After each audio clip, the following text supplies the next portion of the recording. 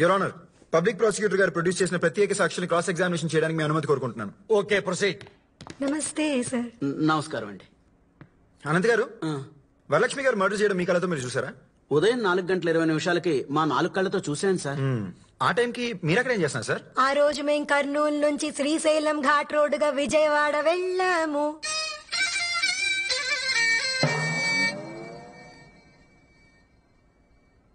అదేంటమ్మా సాక్ష్యం చెప్పమంటే పాటలు పాడుతున్నావు? మా ఆవిడ ఏ మాటనైనా పాటలోనే చెప్తుంది సార్. సరే, తగలబెట్టు. విజయవాడ స్వర్ణ ప్యాలెస్ హోటల్ దిగాము. పొద్దున్నే కనకదుర్గమ్మ వారి దర్శనం చేసుకున్నాం. అక్కడ పూజారి గారు హారతి ఇచ్చారు. ఆ తర్వాత మేం ప్రసాదం తిన్నాము. ప్రదక్షిణాలు కూడా చేశాము. నీ వల్ల జడ్జిమెంట్ ఇవ్వాలన్నా ఉత్సాహం, మూడు మొత్తం సంకనాగిపోయినాయి. పోనీ గొంతు బాగుందా పాట వినడానికి? డబ్బాలో రాళ్ళేసినట్టు గెల గెల గెల సౌండ్లు. ఆయన అలాగంటారు, నువ్వు వదలదు. మాట్లాడండి. అలా మేం దర్శనం చేసుకున్నాం. కర్నూలుకి రిటర్న్ టికెట్ వేసుకున్నాం. గుంటూరు మీదుగా శ్రీశైలం వయా కర్నూలు వచ్చేసాం. వచ్చాము, చచ్చాము. ఇదిగో అమ్మాయి, నేను అసలే కోపదారి మనిషిని. నశ పెట్టకుండా చెప్పు. చెబుతాను, మీరు కోప్పడకండి, ప్రశాంతంగా వినండి. Very good. పాడు. ఆటోలోంచి దిగాము. కొండారెడ్డి బుర్జి వైపు నడుచుకుంటూ వస్తుంటే ఉరుముల మెరుపులతో వర్షం పడుతోంది. అప్పుడే అక్కడికి వరలక్ష్మి వచ్చింది. మేము చూస్తుండగానే ఒక మనిషి గొంతు కత్తితో ఫసక్కమని కూసింది. అతను అప్పుడు విలవిలలాడుతూ ప్రాణాలు వదిలాడు.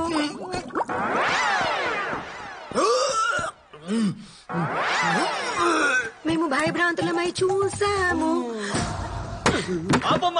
అవతల కొన్ని జీవితాలు నాశనం అయిపోతున్నాయి. చూడండి, కోర్టులో లాయరు ఇక్కడే వాంతులు చేసుకున్నాడు. సేఫ్టీ విరోచనాలు కూడా అయినాయి. ఏమయ్యా, అతన్ని పెద్ద హాస్పిటల్లో చూపించండి. భారత రాజ్యాంగం ప్రకారం వాకు స్వాతంత్రం ఉంది కాబట్టి నేను మిమ్మల్ని వదిలేస్తున్నాను. లేదంటే నేనే మీ మీద కేసేసేవాడిని. వేసుకోండి. అమ్మా, నువ్వు మాట్లాడు మాకు. ఏమయ్యా, నువ్వు విట్నెస్ చెప్తావు కదా, నువ్వు మొగుడువే కదా, నువ్వు స్పాట్ లో ఉన్నావు కదా, నువ్వు చెప్పు సాక్ష్యం. తర్వాత మాకెందుకులే అని చెప్పి ఇంటికెళ్లి స్నానం చేసి టిఫిన్ చేసి ఆ తర్వాత చనిపోయింది రిపోర్టర్ కదా అని చెప్పి బాధపడి సిఐ గారికి ఫోన్ చేశాం సార్. అంతా బాగుంది సార్, కానీ చనిపోయింది ఒక రిపోర్టర్ మీకు ఎలా తెలుసు? ఊహించాం sir. Please note this point your honour. ఊహించారా? సారీ సార్, కంగారులో ఏదో చెప్పేశాను. ఆయన రిపోర్టర్ అని అసలు మాకు తెలియదు సార్. దయచేసి ఈ పాయింట్ కూడా కాస్త నోట్ చేయండి యువర్ ఆనర్. కంగారులో చెప్పారంట. ఇదంతా వద్దండి. మీరు కర్నూలుకి ఎన్ని గంటలకు రీచ్ అయ్యారు? 4కి రీచ్ అయ్యాను సార్. మర్డర్ ఎన్ని గంటలకు చూసారు? ఉదయం 4:20కే మా 4 కళ్ళతో చూసాను. 4:20 చూసారు కదా సార్? వీళ్ళ అబద్ధాలు చెప్తున్నారు. అసలు మీరే మర్డర్ చూడలేదు. విజయవాడ నుంచి కర్నూలుకి వచ్చిన బస్ AP 205362 4:45 కర్నూలు రీచ్ అయింది. 4:45 రీచ్ అయిన బస్ లో వచ్చిన మీరు 4:20కి జరిగిన మర్డర్ చూసారు.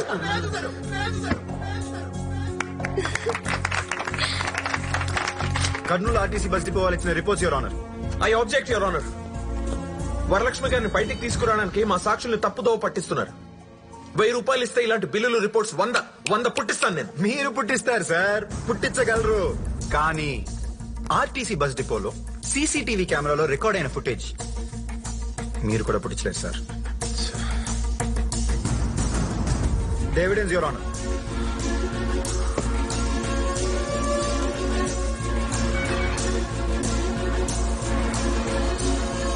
వీళ్ళ రోజు అసలు విజయవాడకి వెళ్ళలేదు యువర్ ఆనర్. దానికి ప్రూఫ్ వాళ్ళ అపార్ట్మెంట్ CCTV ఫుటేజ్.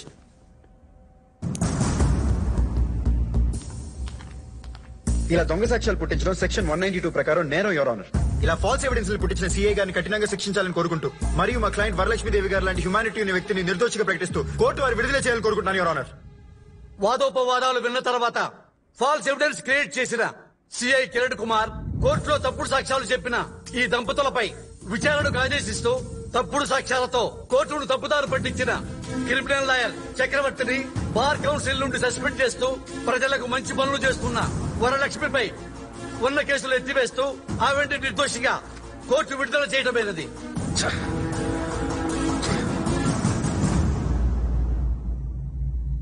మొత్తానికి నీ కొడుకు చక్రవర్తి గారిని ఓడించాడుగా. మరే దుర్గారావు కొడుక మజాక.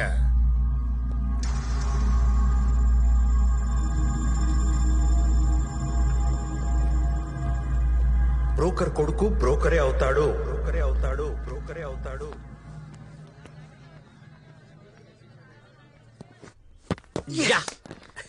Thanks Tenali. Congratulations. Well done. Congratulations.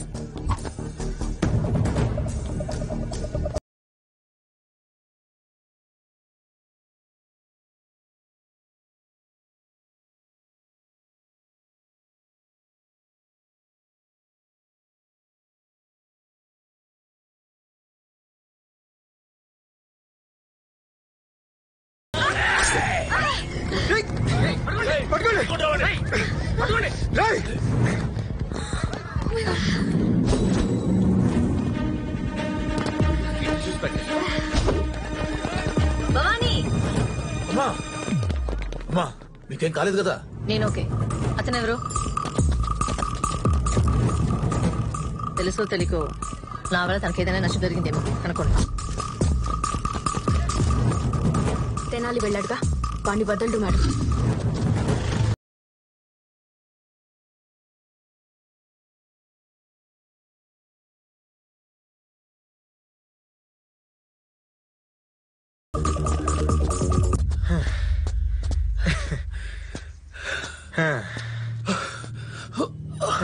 ఒరే నాకే ఆయాసం వస్తుంది. ఈ వయసులో ఈ మర్డర్ అటెంప్ట్లు, చేజింగ్లు మనకు అవసరమా? రేయ్, ఒక మనిషిని చంపాలనుకోవడం నేరం, అందులో ఒక మంచి మనిషిని చంపాలనుకోవడం మహా పాపం. ఎవరా మంచిది? ఎవరు? అందరూ దాన్ని నీటిలో చేప అనుకుంటారు, కానీ అది చేప ముసుగులో ఉన్న మొసలి. అందుకే నా కొడుకుని దారుణంగా చంపేసి.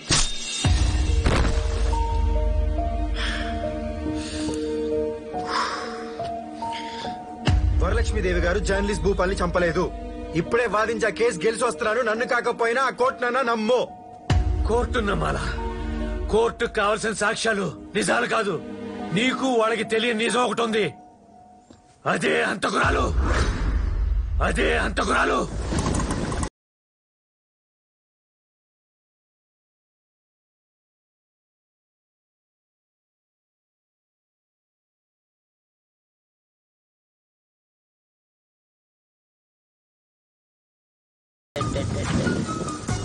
ఎంత నంగనాచిలా నటించవరా నువ్వు? మానవత్వం లేదురా నీకు? నా దగ్గరే ఉద్యోగంలో చేరి నా సోనా మసూరి రైస్ తిని నా బీబీ వాటర్ తాగి నా దగ్గర ఉన్న బినామీల గురించి, బ్లాక్ మనీ గురించి, నేను చేసిన దందాలు, దాచిన బంగారం అంతా షూట్ చేసి మీడియాలోనో సోషల్ మీడియాలో పెడదామని చూస్తావరా? గోపాల్, ఒకసారి నీ ఫోన్ ఇవ్వు. పారిపోతున్నాడు, దొంగ సచ్చినాడు.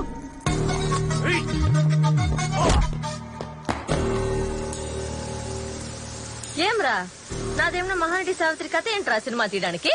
పచ్చని పంటకు పట్టిన పురుగు లాంటి దానివే నువ్వు. పేద ప్రజలకి మంచి చేస్తానని పేద ప్రజల్నే మోసం చేశావు. పేదలకు ఇల్లు కట్టించి వాటి మీద వేల కోట్లు బ్యాంక్ లోన్ తీసుకుని మింగేశావు. సోలార్ ప్లాంట్ పేరుతో ఊర్లు తినేశావు. కాంట్రాక్టుల పేరుతో కోట్లాది కోట్ల ప్రభుత్వ సొమ్ములు తినేశావు.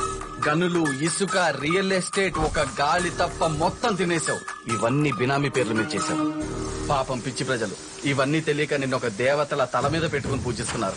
కోమాలో ఉన్నవాడికి భగవద్గీత వినిపించాలనుకోవడం, నీతో డిస్కషన్ చేయడం నాదే తప్పు. నువ్వు నన్ను చంపటమే నువ్వు చేస్తున్న బిగ్ మిస్టేక్. ఈ రోజుతో నీ రాజకీయ జీవితం పతనం.